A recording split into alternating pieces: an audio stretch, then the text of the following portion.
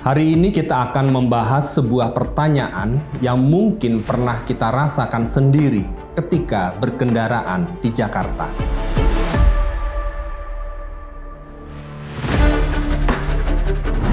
Apakah Jakarta sedang kehilangan kesabaran?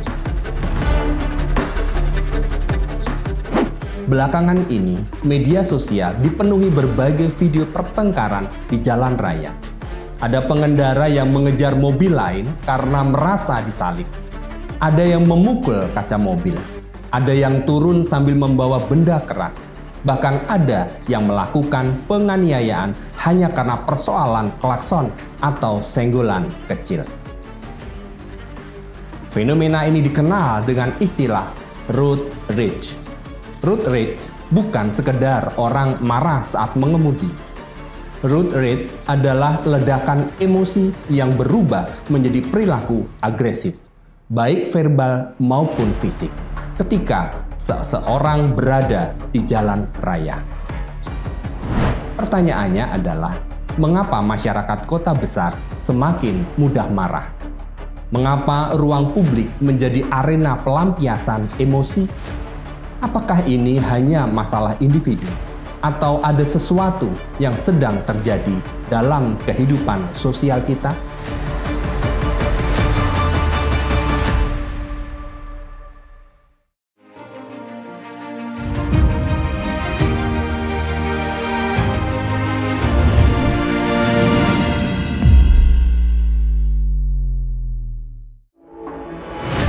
Selamat berjumpa kembali dalam podcast hari ini. Ada satu fenomena yang menarik di jalan raya belakangan ini, yaitu mudahnya orang tersulut kemarahan yang pada gilirannya memunculkan pertengkaran. Saya mengajak kita untuk mencoba menjawab fenomena ini dalam 5 sudut pandang. Secara psikologi, secara sosiologi, hukum, teologi, dan dalam pendekatan etika. Karena seringkali kemacetan bukanlah penyebab utama kemarahan. Kemacetan hanya menjadi pemantik dari luka, tekanan, dan kelelahan yang sudah lama dipendam.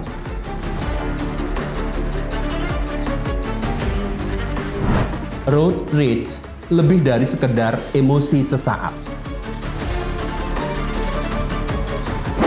Dalam ilmu psikologi, road rage merupakan bentuk agresif driving yang dipicu oleh kegagalan seseorang mengendalikan emosinya. Psikolog Daniel Goleman menyebut kondisi seperti ini sebagai amigdala hijack. Artinya, bagian otak yang mengendalikan emosi mengambil alih fungsi berpikir rasional. Saat seseorang merasa dihina, dipotong jalannya, atau diklakson, otaknya tidak lagi memproses situasi secara logis. Yang muncul justru respon, saya diserang, saya dipermalukan, saya harus membalas. Akibatnya, keputusan diambil dalam hitungan detik. Padahal, sesudahnya banyak pelaku berkata, saya menyesal. Mengapa?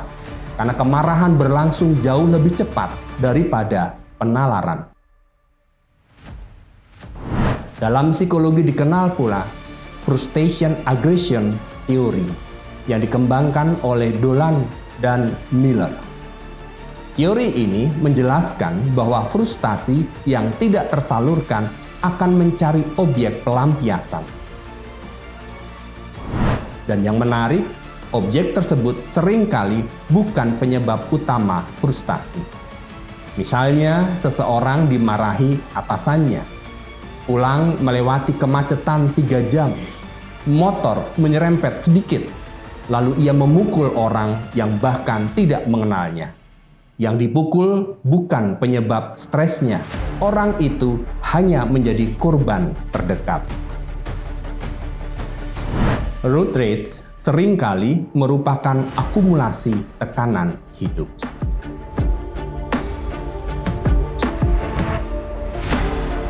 Jakarta sebagai kota yang menguras emosi. Sekarang mari kita melihat dari perspektif sosiologi.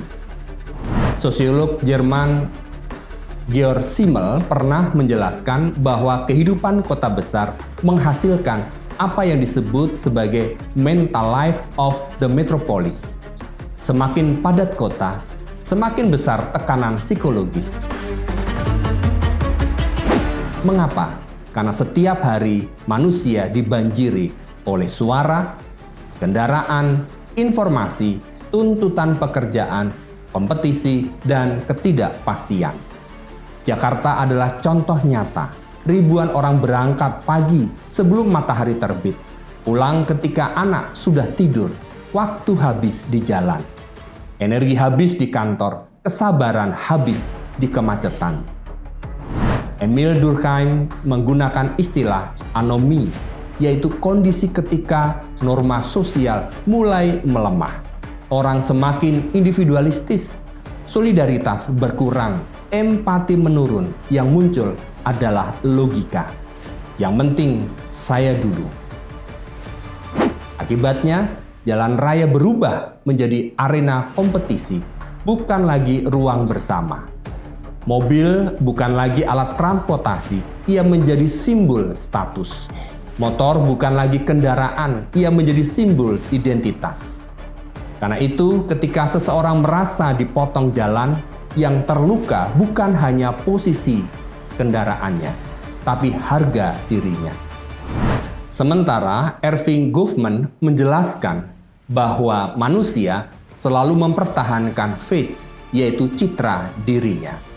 Di jalan raya, face itu sangat rapuh, sedikit disalip, sedikit diklakson, sedikit disinggung, langsung muncul rasa dipermalukan. Karena itu, road rage bukan sekedar soal lalu lintas, ia adalah krisis realitas sosial.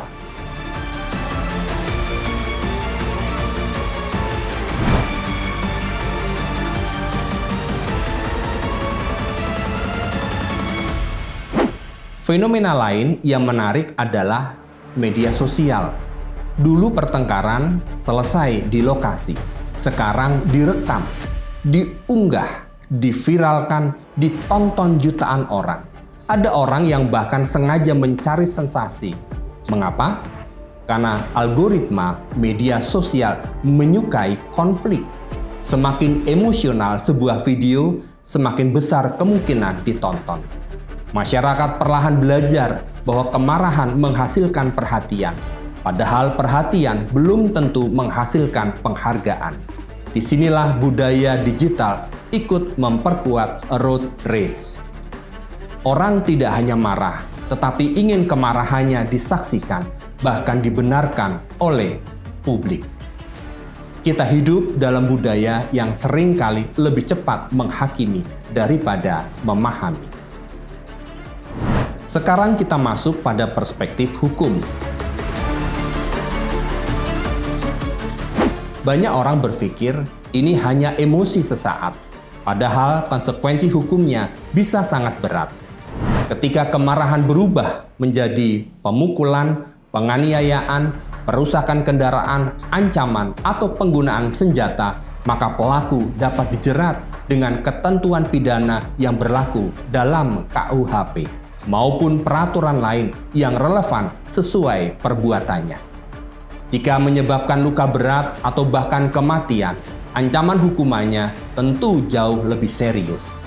Selain pidana, pelaku juga dapat menghadapi gugatan perdata atas kerugian yang ditimbulkan.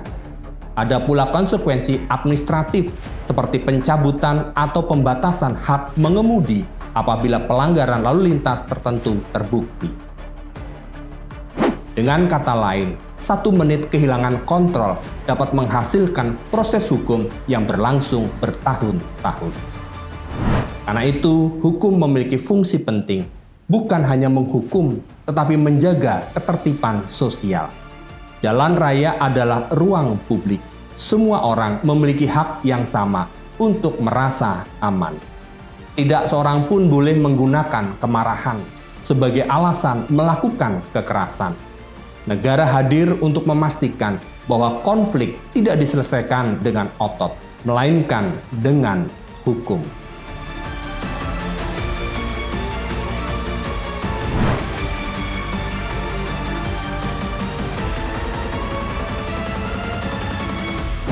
Setelah melihat fenomena road rage dari sisi psikologi, sosiologi, dan hukum, muncul satu pertanyaan yang lebih mendasar.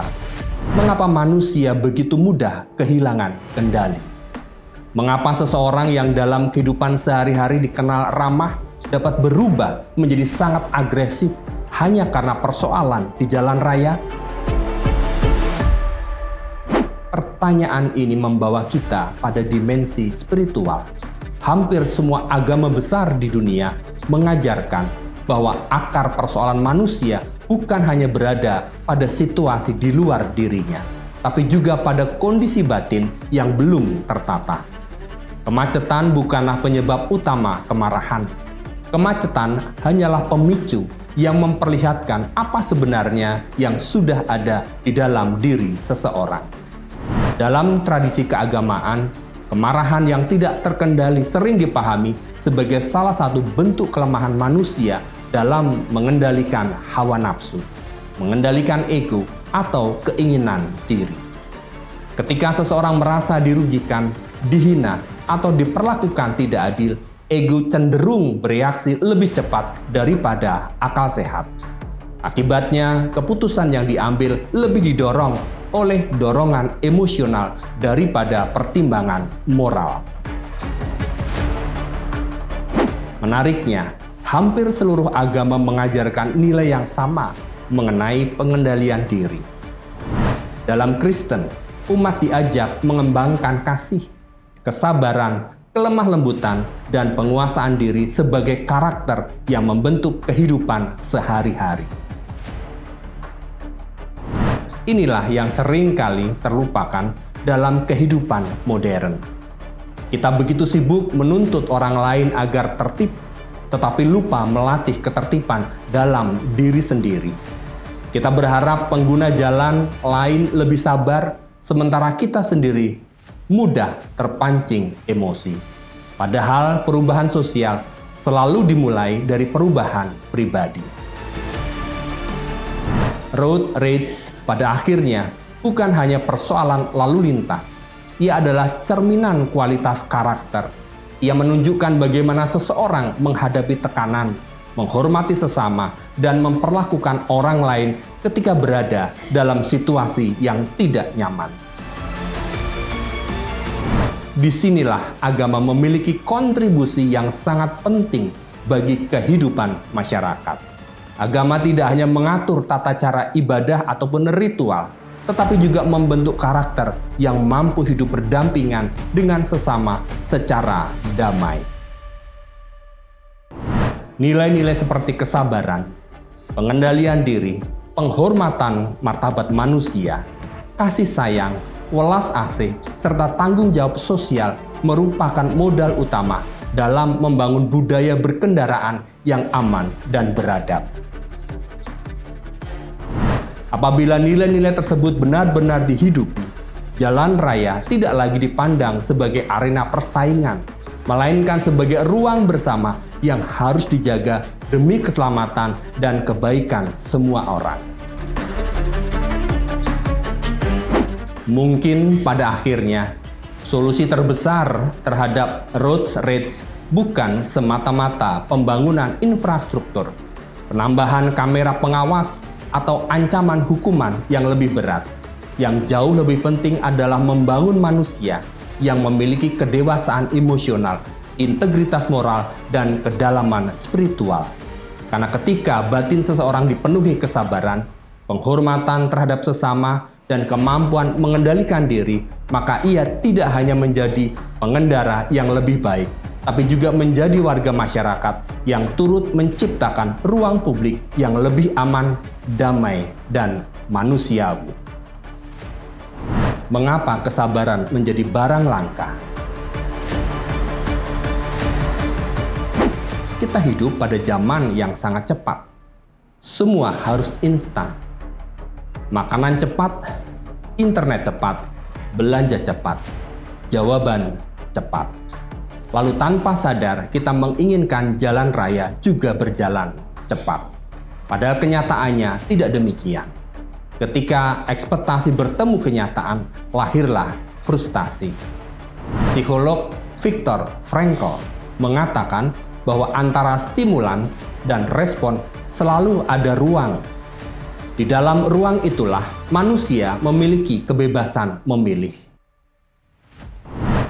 Road rage terjadi ketika ruang itu menghilang. Stimulan langsung menjadi kekerasan, padahal manusia selalu memiliki pilihan. Diam, mengalah, menepi, bernapas, memaafkan. Tidak semua provokasi harus dibalas. Kadang kemenangan terbesar bukan ketika kita menang berkelahi, tapi ketika kita berhasil mengalahkan diri sendiri.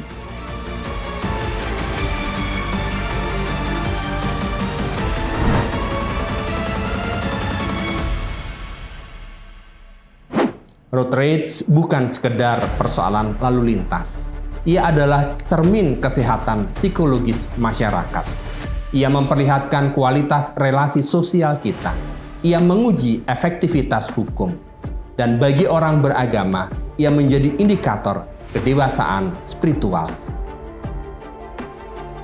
Jakarta memang padat.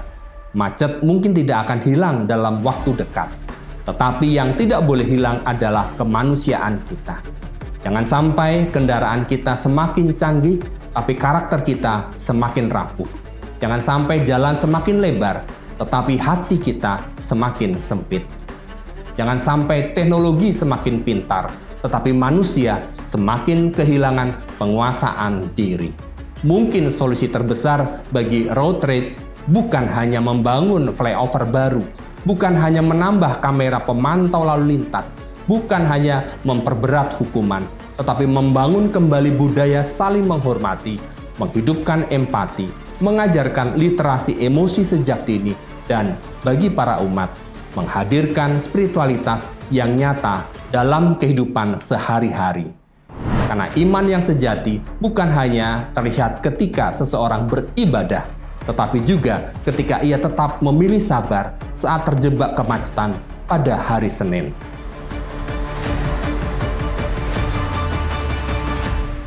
Terima kasih telah mengikuti podcast Ikatan Kristen Nusantara. Jika Anda merasa pembahasan ini bermanfaat, silahkan memberikan komentar di kolom bawah, serta jangan lupa share, like, dan subscribe. Siapa tahu satu percakapan sederhana dapat membantu membangun budaya berkendaraan yang lebih beradab. Terima kasih, sampai bertemu pada episode berikutnya.